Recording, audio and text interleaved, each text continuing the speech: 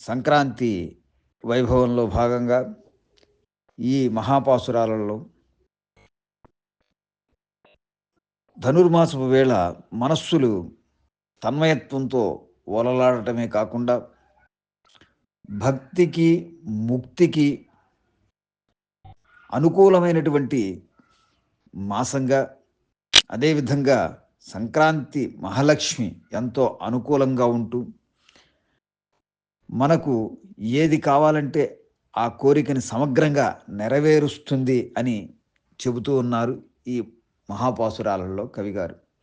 హైందవ వందిత వందిత సుందర చందన పసందు శోభగ లక్ష్మి సందడి డొందము అందము చందము సంక్రాంతి వరము జనులకు తల్పన్.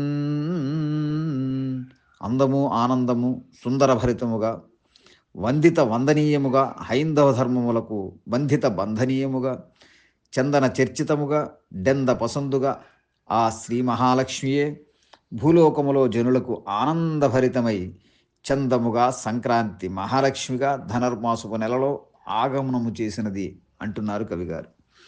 ఇంకో పాసురంలో భక్తి నిరక్తికి యుక్తము శక్తిని హరుహరులిద్దరు జనులకు మహిళో యుక్తమకర సంక్రాంతిగా ముక్తికి మార్గంబు చూపి ముదమది తలపన్. హరిహరాదులు హరి అలంకారములు, శివ అభిషేకములు, మార్గశిర పుష్యమి ధనుర్మాసములలో ప్రాచీన ధర్మములు ఆచరించి జనులకు తరించుట కొరకు భక్తిని, శక్తిని, రక్తిని కూర్చుటకు యుక్తముగా ముక్తికి మార్గము, కట్టుబాట్లు సంక్రాంతి రూపంలో చూపించినారు అని చెబుతున్నారు కవిగారు.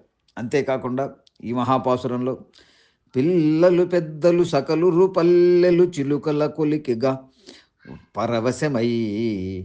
పరవశమయమై ఎల్లరు మాఘము పుష్యమి చల్లగ పుల్లంబు మకర సంక్రమణందున్.